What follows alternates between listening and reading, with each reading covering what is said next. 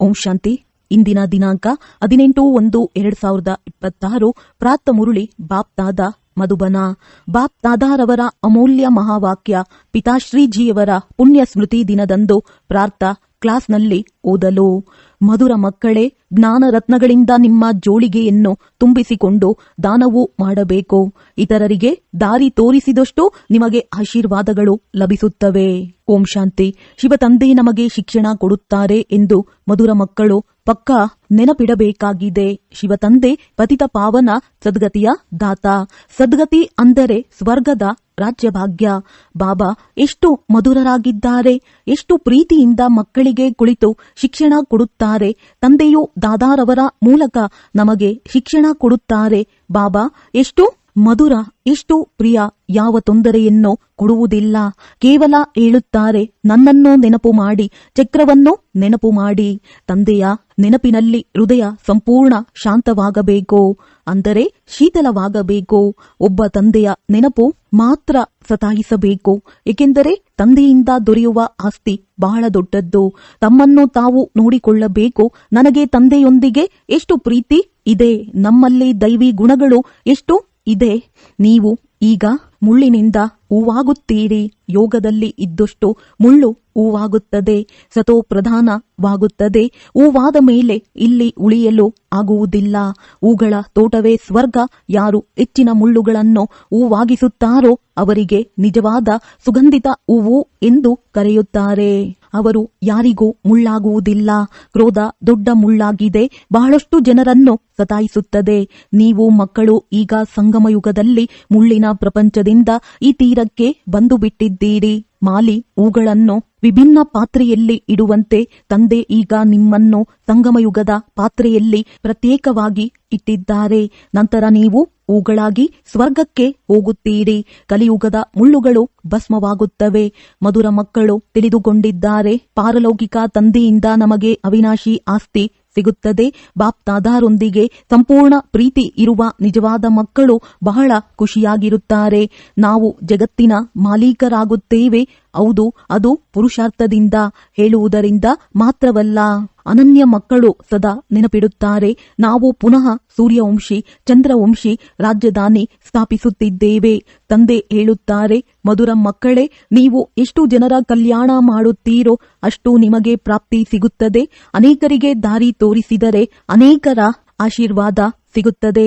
ಜ್ಞಾನ ರತ್ನಗಳಿಂದ ಜೋಳಿಗೆಯನ್ನು ತುಂಬಿಸಿಕೊಂಡು ನಂತರ ದಾನ ಮಾಡಬೇಕು. ಜ್ಞಾನ ಸಾಗರ ತಂದೆ ನಿಮಗೆ ರತ್ನಗಳ ತಟ್ಟೆಗಳನ್ನು ತುಂಬಿ ಕೊಡುತ್ತಾರೆ. ಆ ರತ್ನಗಳನ್ನು ಯಾರು ದಾನ ಮಾಡುತ್ತಾರೋ ಅವರು ಎಲ್ಲರಿಗೂ ಪ್ರಿಯವಾಗುತ್ತಾರೆ. ಮಕ್ಕಳ ಹೃದಯದಲ್ಲಿ ಎಷ್ಟು ಖುಷಿ ಇರಬೇಕು. ಬುದ್ಧಿವಂತ ಮಕ್ಕಳು ಹೇಳುತ್ತಾರೆ, ನಾವು ತಂದೆಯಿಂದ ಸಂಪೂರ್ಣ ಆಸ್ತಿ ಪಡೆಯುತ್ತೇವೆ, ತಕ್ಷಣ ಸಿದ್ಧರಾಗುತ್ತೇವೆ. ತಂದೆಯ ಮೇಲೆ ಅಪಾರ ಪ್ರೀತಿ ಇರುತ್ತದೆ, ಏಕೆಂದರೆ ಅವರು ಪ್ರಾಣದಾತ. ಜ್ಞಾನದ ವರದಾನದಿಂದ ನಾವು ಯಾರಿಂದ ಏನಾಗುತ್ತೇವೆ? ನಿರ್ಧನರಿಂದ ಧನವಂತರಾಗುತ್ತೇವೆ. ತಂದೆಯು ನಮ್ಮನ್ನು ಖಜಾನೆಯಿಂದ ಭರ್ಪೂರ್ ಮಾಡುತ್ತಾರೆ. ತಂದೆಯ ನೆನಪು ಮಾಡಿದಷ್ಟು ಪ್ರೀತಿ ಹೆಚ್ಚಾಗುತ್ತದೆ, ಸೆಳೆತ ಹೆಚ್ಚಾಗುತ್ತದೆ. ಸೂಜಿ ಶುದ್ಧವಾಗಿದ್ದರೆ ಆಯಸ್ಕಾಂತದ ಕಡೆಗೆ ಸೆಳೆಯಲ್ಪಡುತ್ತದೆ. ಎಲ್ಲವೇ ತಂದೆಯ ನೆನಪಿನಿಂದ ಬಂಧನಗಳು ಕಡಿಮೆ ಆಗುತ್ತದೆ. ಒಬ್ಬ ತಂದೆಯ ಹೊರತು ಬೇರೆ ಯಾರೂ ನೆನಪಿಗೆ ಬರಬಾರದು. ತಂದೆ ತಿಳಿಸುತ್ತಾರೆ, ಮಧುರ ಮಕ್ಕಳೇ, ಈಗ ತಪ್ಪು ಮಾಡಬೇಡಿ. ಸ್ವದರ್ಶನ ಚಕ್ರಧಾರಿ ಆಗಿ, ಲೈಟ್ ಹೌಸ್ ಆಗಿ ಸ್ವದರ್ಶನ ಚಕ್ರಧಾರಿ ಆಗುವ ಅಭ್ಯಾಸ ಚೆನ್ನಾಗಾದರೆ ನೀವೇ ಜ್ಞಾನ ಸಾಗರರಂತೆ ಆಗುತ್ತೀರಿ. ವಿದ್ಯಾರ್ಥಿಗಳು ಓದಿ ಶಿಕ್ಷಕರಾಗುವಂತೆ ನಿಮ್ಮ ಕೆಲಸವೇ ಇದು. ಎಲ್ಲರನ್ನೂ ಸ್ವದರ್ಶನ ಚಕ್ರಧಾರಿಯನ್ನಾಗಿ ಮಾಡಿ, ಆಗ ನೀವು ಚಕ್ರವರ್ತಿ ರಾಜಾರಾಣಿ ಆಗುತ್ತೀರಿ. ಅದಕ್ಕಾಗಿ ತಂದೆಯು ಸದಾ ಕೇಳುತ್ತಾರೆ, ಸ್ವದರ್ಶನ ಚಕ್ರಧಾರಿಗಳಾಗಿ ಕುಳಿತಿದ್ದೀರಾ? ತಂದೆಯೇ ಸ್ವದರ್ಶನ ಚಕ್ರಧಾರಿ. ತಂದೆ ಬಂದಿದ್ದಾರೆ ಮಧುರ ಮಕ್ಕಳನ್ನು ವಾಪಸ್ ಕರೆದುಕೊಂಡು ಹೋಗಲು. ಮಕ್ಕಳಿಲ್ಲದೆ ನಮಗೂ ನೆಮ್ಮದಿ ಇರುವುದಿಲ್ಲ. ಸಮಯ ಬಂದಾಗ ಸಂಕಲ್ಪ ಬರುತ್ತದೆ, ಇನ್ನು ಹೋಗಬೇಕು. ಮಕ್ಕಳು ಬಹಳ ಕರೆಯುತ್ತಾರೆ, ಬಹಳ ದುಃಖದಲ್ಲಿದ್ದಾರೆ. ದಯೆ ಬರುತ್ತದೆ, ಈಗ ನೀವು ಮಕ್ಕಳೇ ಮನೆಗೆ ಹೋಗಬೇಕು. ನಂತರ ಅಲ್ಲಿ ನೀವು ತಮ್ಮ ಸ್ಥಿತಿ ಪ್ರಕಾರ ಸುಖಧಾಮಕ್ಕೆ ಹೋಗುತ್ತೀರಿ. ಅಲ್ಲಿ ನಾನು ನಿಮ್ಮ ಸಂಗಾತಿಯಾಗಿರುವುದಿಲ್ಲ. ಅಲ್ಲಿ ನಿಮ್ಮ ಸ್ಥಿತಿಯ ಅನುಸಾರ ಆತ್ಮವು ತೆರಳುತ್ತದೆ. ನೀವು ಮಕ್ಕಳು ತಂದೆಯ ನೆನಪಿನಲ್ಲಿ ಇದ್ದಷ್ಟು ಇತರರಿಗೆ ಶಿಕ್ಷಣ ಕೊಡುವ ಪ್ರಭಾವವಾಗುತ್ತದೆ. ಹೆಚ್ಚು ಮಾತನಾಡುವ ಅಗತ್ಯವಿಲ್ಲ. ಆತ್ಮ ಅಭಿಮಾನಿಯಾದರೆ ಸ್ವಲ್ಪ ಹೇಳಿದರೂ ಸಹ ಬಾಣವು ನಾಟುತ್ತದೆ.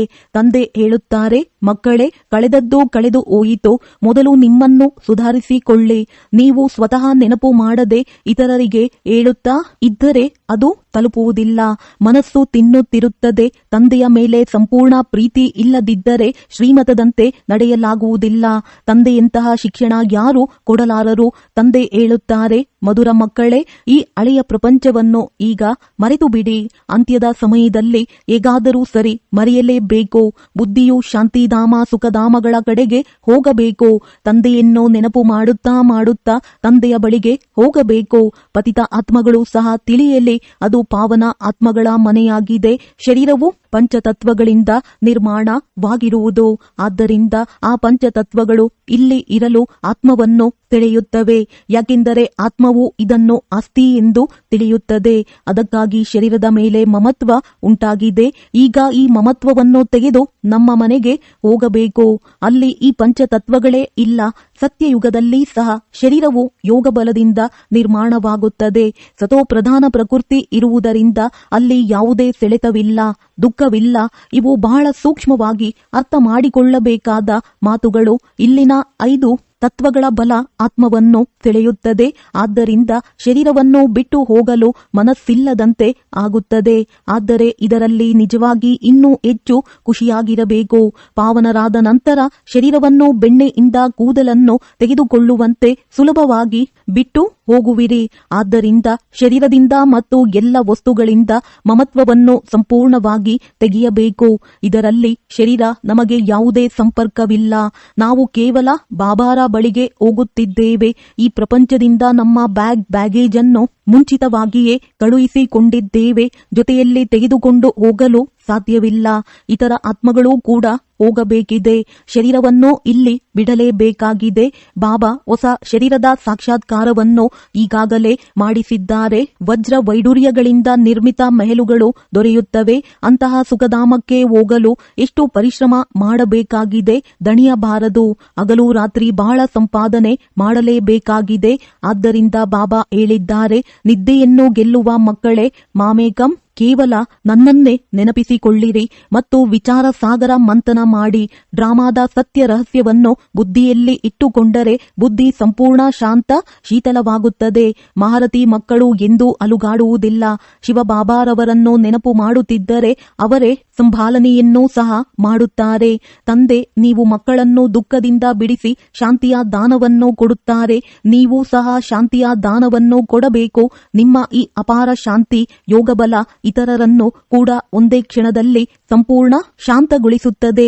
ನೀವು ಬಾಬಾರವರ ನೆನಪಲ್ಲಿ ಇದ್ದು ನಂತರ ನೋಡಿ, ಈ ಆತ್ಮ ನಮ್ಮ ಕುಲಕ್ಕೆ ಸೇರಿದವರಾಗಿದ್ದಾರೆಯೋ ಅಥವಾ ಇಲ್ಲವೋ. ಒಂದು ವೇಳೆ ಆಗಿದ್ದರೆ ಅವರು ಒಂದೇ ಕ್ಷಣದಲ್ಲಿ ಶಾಂತವಾಗಿ ಬಿಡುತ್ತಾರೆ. ಈ ಕುಲದ ಆತ್ಮಗಳು ಮಾತ್ರವೇ ಈ ಮಾತುಗಳಲ್ಲಿ ಆಸಕ್ತಿ ಪಡೆಯುತ್ತಾರೆ. ಮಕ್ಕಳು ಬಾಬಾರವರನ್ನು ನೆನಪು ಮಾಡುತ್ತಿದ್ದರೆ ತಂದೆಯೂ ಕೂಡ ಪ್ರೀತಿ ಮಾಡುತ್ತಾರೆ. ಆತ್ಮಕ್ಕೆ ಪ್ರೀತಿ ಮಾಡಲಾಗುತ್ತದೆ. ಯಾರು ಹೆಚ್ಚು ಭಕ್ತಿ ಮಾಡಿದ್ದಾರೋ ಅವರೇ ಹೆಚ್ಚು ಅಧ್ಯಯನ ಮಾಡುತ್ತಾರೆ. ಅವರ ಮುಖದಿಂದಲೇ ತಿಳಿದು ಬಿಡುತ್ತದೆ ತಂದೆಯ ಮೇಲೆ ಎಷ್ಟು ಪ್ರೀತಿ ಇದೆ ಎಂದು. ಆತ್ಮವು ತಂದೆಯನ್ನು ನೋಡುತ್ತದೆ. ತಂದೆ ನಮ್ಮಂತಹ ಚಿಕ್ಕ ಬಿಂದು ರೂಪ ಆತ್ಮಗಳಿಗೆ ಶಿಕ್ಷಣ ನೀಡುತ್ತಿದ್ದಾರೆ. ನಾವು ಸಹೋದರ ಸಹೋದರಿಯರಿಗೆ ಶಿಕ್ಷಣ ನೀಡುತ್ತಿದ್ದೇವೆ ಎಂದು ಮುಂದೆ ಹೋದಂತೆ ನಿಮ್ಮದ್ದು ಇಂತಹ ಸ್ಥಿತಿ ಆಗಿಬಿಡುತ್ತದೆ. ರೂಪವು ಸಹೋದರಿಯದ್ದಾಗಿದ್ದರೂ ದೃಷ್ಟಿ ಆತ್ಮದ ಕಡೆಗೆ ಹೋಗುತ್ತದೆ. ಶರೀರದ ಮೇಲೆ ದೃಷ್ಟಿ ಹೋಗಬಾರದು. ಇದರಲ್ಲಿ ತುಂಬಾ ಪರಿಶ್ರಮ ಪಡಬೇಕಾಗುತ್ತದೆ. ಇದು ನಿಜಕ್ಕೂ ಸೂಕ್ಷ್ಮ ವಿಷಯ. ಇದು ಅತ್ಯಂತ ಶ್ರೇಷ್ಠ ವಿದ್ಯೆಯಾಗಿದೆ. ತೂಕ ಮಾಡಿ ನೋಡಿದರೆ ಈ ವಿದ್ಯೆ ಬಹಳ ಬೆಲೆಯುಳ್ಳದ್ದಾಗಿದೆ. ಒಳ್ಳೆಯದು, ಈ ಮಧುರಾತಿ ಮಧುರ ಅಗಲಿ ಹೋಗಿ ಮರಳಿ ಸಿಕ್ಕಿರುವ ಮಕ್ಕಳಿಗೆ ಮಾತ್ಪಿತಾ ಬಾಪ್ದಾದಾರವರಿಂದ ನೆನಪು, ಪ್ರೀತಿ ಮತ್ತು ಗುಡ್ ಮಾರ್ನಿಂಗ್.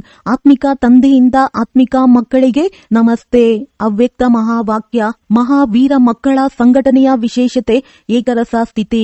9/12/1975. ಮಹಾವೀರರು ಎಂದರೆ ವಿಶೇಷ ಆತ್ಮ. ಇಂತಹ ಮಹಾವೀರರು ವಿಶೇಷ ಆತ್ಮಗಳ ಸಂಘಟನೆಯ ವಿಶೇಷತೆ ಈಗಿನ ಸಮಯದಲ್ಲಿ ಏನೆಂದರೆ ಒಂದೇ ಸಮಯದಲ್ಲಿ ಎಲ್ಲರ ಏಕರಸ ಸ್ಥಿತಿ ಇರಬೇಕು. ಯಾವ ಸ್ಥಿತಿಯಲ್ಲಿ ಎಷ್ಟು ಸಮಯ ನಿಲ್ಲಬೇಕೆಂದು ಬಯಸುತ್ತಾರೋ ಅಷ್ಟೇ ಸಮಯ ಆ ಸ್ಥಿತಿಯಲ್ಲಿ ಸಂಘಟಿತವಾಗಿ ನಿಲ್ಲುವಂತೆ ಆಗಬೇಕು. ಸಂಘಟಿತ ರೂಪದಲ್ಲಿ ಎಲ್ಲರ ಸಂಕಲ್ಪ ಎಂಬ ಬೆರಳು ಒಂದಾಗಬೇಕು. ಸಂಘಟನೆಯ ಈ ಅಭ್ಯಾಸ ಇಲ್ಲದಿರುವ ತನಕ ಸಿದ್ಧಿ ಸಾಧ್ಯವಿಲ್ಲ. ಸಂಘಟನೆಯಲ್ಲಿ ಈಗ ಆಜ್ಞೆಯಾದರೆ 5 ನಿಮಿಷಗಳ ತನಕ ವ್ಯರ್ಥ ಸಂಕಲ್ಪಗಳನ್ನು ಸಂಪೂರ್ಣವಾಗಿ ನಿಲ್ಲಿಸಿ ಬೀಜರೂಪ ಪವರ್ಫುಲ್ ಸ್ಥಿತಿಯಲ್ಲಿ ಏಕರಸವಾಗಿ ಕೂತುಕೊಳ್ಳಿ. ಈಗಾಗಲೂ ಅಭ್ಯಾಸ ಇದೆಯಾ? ಯಾರೋ ಒಬ್ಬರು ಮನನದಲ್ಲಿ, ಇನ್ನೊಬ್ಬರು ಆತ್ಮಿಕ ವಾರ್ತಾಲಾಪದಲ್ಲಿ, ಮತ್ತೊಬ್ಬರು ಅವ್ಯಕ್ತ ಸ್ಥಿತಿಯಲ್ಲಿ ಇದ್ದರೆ ಅದು ಆಜ್ಞೆ ಅನುಸರಿಸಿದಂತೆ ಆಗುವುದಿಲ್ಲ. ಆಜ್ಞೆಯು ಬೀಜರೂಪವಾಗಬೇಕೆಂದು ಇದೆ. ಆದರೆ ಮಾಡುತ್ತಿರುವುದು ಆತ್ಮಿಕ ವಾರ್ತಾಲಾಪ. ಈಗಾದರೆ ಆಜ್ಞೆ ಪಾಲನೆಯಾಗುವುದಿಲ್ಲ. ವ್ಯರ್ಥ ಸಂಕಲ್ಪಗಳ ಅಂತ್ಯ ಮಾಡಿದಾಗ ಇದು ಆಗುವುದು. ಏಕೆಂದರೆ ಎಲ್ಲಾ ಚಿಂತನೆಗಳ ಕಾರಣ ವ್ಯರ್ಥ ಸಂಕಲ್ಪಗಳೇ. ಈ ವ್ಯರ್ಥ ಸಂಕಲ್ಪಗಳನ್ನು ಮುಗಿಸಲು ಮತ್ತು ಸಂಘಟನೆಯನ್ನು ಶಕ್ತಿಶಾಲಿ ಏಕಮತವಾಗಿ ಮಾಡಲು ಯಾವ ಶಕ್ತಿ ಬೇಕು? 1 ನಂಬಿಕೆ, 2ನೇದು ಸಮಾವೇಶಿಸಿಕೊಳ್ಳುವ ಶಕ್ತಿ. ಸಂಘಟನೆಯನ್ನು ಜೋಡಿಸುವ ದಾರವೇ ನಂಬಿಕೆ. ಯಾರು ಏನನ್ನಾದರೂ ಮಾಡಿದರೂ ತಪ್ಪಾದರೂ ಅದರ ಹಿಂದೆ ಅವರ ಸಂಸ್ಕಾರ, ಕಾಲ, ಪರಿಸ್ಥಿತಿಯ ಯಾವುದೋ ಅಂತರಂಗ ಭಾವನಾರ್ಥ ಇರುವುದು. ಸೇವೆ ಇರುವ ಜಾಗದಲ್ಲಿ ಅವರ ಸಂಸ್ಕಾರಗಳನ್ನು ಕರುಣೆ ದೃಷ್ಟಿಯಿಂದ ನೋಡಿ ಅಲ್ಲಿ ಕೂಡ ಕಲ್ಯಾಣ ಇದೆ ಎಂಬ ದೃಷ್ಟಿ ಇರಬೇಕು. ಒಬ್ಬರ ತಪ್ಪನ್ನು ಮತ್ತೊಬ್ಬರು ವ್ಯರ್ಥವಾಗಿ ಹರಡಬಾರದು. ಯಾರಾದರೂ ತಮ್ಮ ತಪ್ಪನ್ನು ಅರಿಯುತ್ತಾರೆ, ಆದರೆ ಅದನ್ನು ಹರಡಲು ಬಯಸುವುದಿಲ್ಲ. ಅದೇ ರೀತಿ ಇತರರ ತಪ್ಪನ್ನು ಹರಡಬಾರದು. ವ್ಯರ್ಥ ಸಂಕಲ್ಪಗಳನ್ನು ಓಡಿಸಬಾರದು. ಅವುಗಳನ್ನು ಸಮಾಧಾನಗೊಳಿಸಬೇಕು.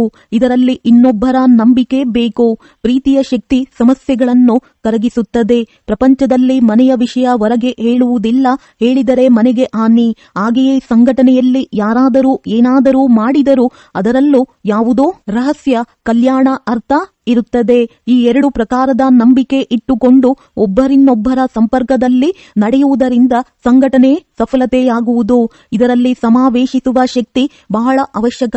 ವ್ಯರ್ಥ ಸಂಕಲ್ಪಗಳನ್ನು ಸಮಾವೇಶಿಸಿಕೊಳ್ಳಬೇಕು. ಇಂದಿನ ಸಂಸ್ಕಾರಗಳನ್ನು ಎಂದು ವರ್ತಮಾನ ಸಮಯದೊಂದಿಗೆ ಹೋಲಿಸಬಾರದು, ಮಾಡಬಾರದು. ಹಳೆಯ ವಿಷಯಗಳನ್ನು ಇಂದಿಗೆ ತಂದುಕೊಂಡಾಗಲೇ ಸಂಕಲ್ಪಗಳ ಕ್ಯೂ ಉದ್ದವಾಗುತ್ತದೆ. ಈ ವ್ಯರ್ಥ ಸಂಕಲ್ಪಗಳ ಸಾಲು ಇರುವ ತನಕ ಸಂಘಟಿತ ರೂಪದ ಏಕರಸ ಸ್ಥಿತಿ ಸಾಧ್ಯವಿಲ್ಲ. ಅನ್ಯರ ತಪ್ಪನ್ನು ತನ್ನ ತಪ್ಪೆಂದು ಅರ್ಥ ಮಾಡಿಕೊಳ್ಳುವುದೇ ಸಂಘಟನೆಯನ್ನು ಬಲಪಡಿಸುವುದು. ಇದಕ್ಕಾಗಿ ಪರಸ್ಪರ ನಂಬಿಕೆ ಬೇಕು. ಪರಿವರ್ತನೆಗೆ ನಂಬಿಕೆ, ಕಲ್ಯಾಣಕ್ಕೆ ನಂಬಿಕೆ. ಇದರಲ್ಲಿ ಸಮಾವೇಶಿಸಿಕೊಳ್ಳುವ ಶಕ್ತಿ ಅವಶ್ಯಕವಾಗಿರಬೇಕು. ನೋಡಿದ್ದನ್ನು ಮತ್ತು ಕೇಳಿದ್ದನ್ನು ಸಂಪೂರ್ಣ ಸಮಾವೇಶಿಸಿ ಅದೇ ಆತ್ಮಿಕ ದೃಷ್ಟಿಯಿಂದ ಕಲ್ಯಾಣ ಭಾವದಿಂದ ನೋಡುವುದು. ಅಜ್ಞಾನಿಗಳಿಗೆ ಹೇಳುವಂತೆ ಅಪಕಾರಿಗಳಿಗೆ ಉಪಕಾರ ಮಾಡಬೇಕು. ಸಂಘಟನೆಯಲ್ಲಿ ಕೂಡ ಒಬ್ಬರಿನ್ನೊಬ್ಬರ ಪ್ರತಿ ದಯೆಯ ಭಾವನೆ ಇರಬೇಕು. ಈಗ ದಯೆಯ ಭಾವನೆ ಕಡಿಮೆಯಾಗಿದೆ, ಏಕೆಂದರೆ ಆತ್ಮಿಕ ಸ್ಥಿತಿಯ ಅಭ್ಯಾಸ ಕಡಿಮೆಯಾಗಿದೆ.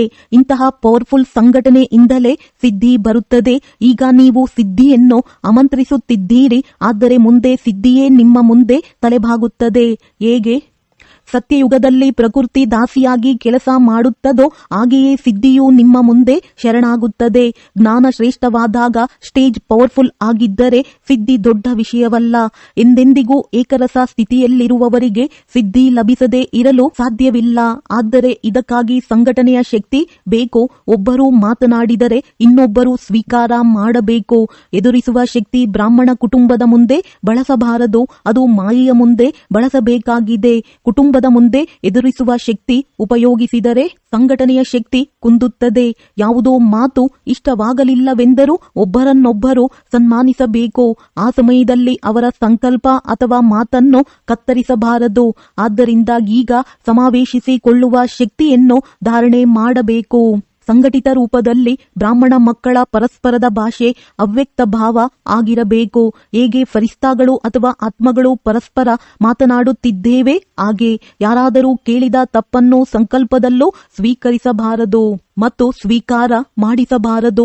ಬಾಬಾರವರ ಸಂಘಟನೆಯ ಶುಭಕಾಮನೆ ಪ್ರಾಕ್ಟಿಕಲ್ ಆಗುವುದು ಅಂತಹ ಸ್ಥಿತಿಯಲ್ಲಿ ಮಾತ್ರ. ಇದಕ್ಕಾಗಿ ಪರಸ್ಪರ ವಿಶೇಷ ಪುರುಷಾರ್ಥ, ವಿಶೇಷ ಅನುಭವಗಳನ್ನು ಹಂಚಿಕೊಳ್ಳಬೇಕು.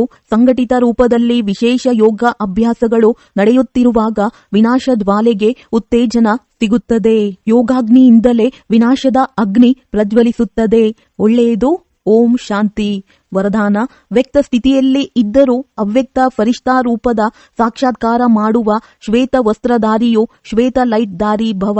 ಹೇಗೆ ಈಗಲೂ ಎಲ್ಲೆಡೆ ಕೇಳಿಸುತ್ತಿದೆ, ಈ ಶ್ವೇತ ವಸ್ತ್ರಧಾರಿಗಳು ಯಾರು, ಎಲ್ಲಿಂದ ಬಂದವರು? ಈಗ ಎಲ್ಲೆಡೆ ಫರಿಷ್ಠಾ ರೂಪದ ಸಾಕ್ಷಾತ್ಕಾರವಾಗುವಂತೆ ಜಾಗೃತರಾಗಿ. ಇದನ್ನು ಡಬಲ್ ಸೇವೆ ಎನ್ನುತ್ತಾರೆ. ಹೇಗೆ ಮೋಡಗಳು ಎಲ್ಲೆಡೆ ತುಂಬುತ್ತವೆಯೋ ಹಾಗೆ ಇದಾಗುವುದು. ಶರೀರದಿಂದ ಭಿನ್ನ ಆಗಿ ಸೂಕ್ಷ್ಮ ಶರೀರದಿಂದ ಚಕ್ರ ಹಾಕುವ ಅಭ್ಯಾಸ ಮಾಡಿದಾಗ ಮನಸ್ಸು ಪವರ್ಫುಲ್ ಆಗುತ್ತದೆ. ಸ್ಲೋಗನ್: ಸರ್ವಗುಣ ಸರ್ವಶಕ್ತಿಯ ಅಧಿಕಾರಿ ಆಗಬೇಕಾದರೆ ಆಜ್ಞಾಕಾರಿ ಆಗಿ. ಅವ್ಯಕ್ತ ಸೂಚನೆಗಳು: ಈ ಅವ್ಯಕ್ತ ಮಾಸದಲ್ಲಿ ಬಂಧನ ಮುಕ್ತರಾಗಿ ಜೀವನ್ಮುಕ್ತ ಸ್ಥಿತಿಯ ಅನುಭವ ಮಾಡಿರಿ. ಹೇಗೆ ತಂದೆ ಸದಾ ಸ್ವತಂತ್ರರಾಗಿದ್ದಾರೋ ಹಾಗೆಯೇ ತಂದೆಯ ಸಮಾನರಾಗಿರಿ. ಬಾಪ್ತಾದ ಈಗ ಮಕ್ಕಳನ್ನು ಪರತಂತ್ರವಾಗಿ ನೋಡಲು ಸಾಧ್ಯವಿಲ್ಲ. ನೀವು ನಿಮ್ಮನ್ನು ಸ್ವತಂತ್ರಗೊಳಿಸಿಕೊಳ್ಳಲಾಗುತ್ತಿಲ್ಲ. ಸ್ವತಃ ನಿಮ್ಮ ಬಲಹೀನತೆಗಳಲ್ಲಿ ಬೀಳುತ್ತಾ ಇರುತ್ತೀರಿ ಎಂದರೆ ವಿಶ್ವ ಪರಿವರ್ತಕರು ಹೇಗೆ ಆಗುವಿರಿ? ಈಗ ಈ ಸ್ಮೃತಿಯನ್ನು ಹೆಚ್ಚಿಸಿಕೊಳ್ಳಿ. ನಾನು ಮಾಸ್ಟರ್ ಸರ್ವಶಕ್ತಿವಂತ. ಇದರಿಂದ ಸಹಜವಾಗಿ ಎಲ್ಲ ಪಂಜರಗಳಿಂದ ಮುಕ್ತವಾಗಿ ಹಾರುವ ಪಕ್ಷಿಯಂತೆ ಆಗುವಿರಿ. ಒಳ್ಳೆಯದು. ಓಂ ಶಾಂತಿ.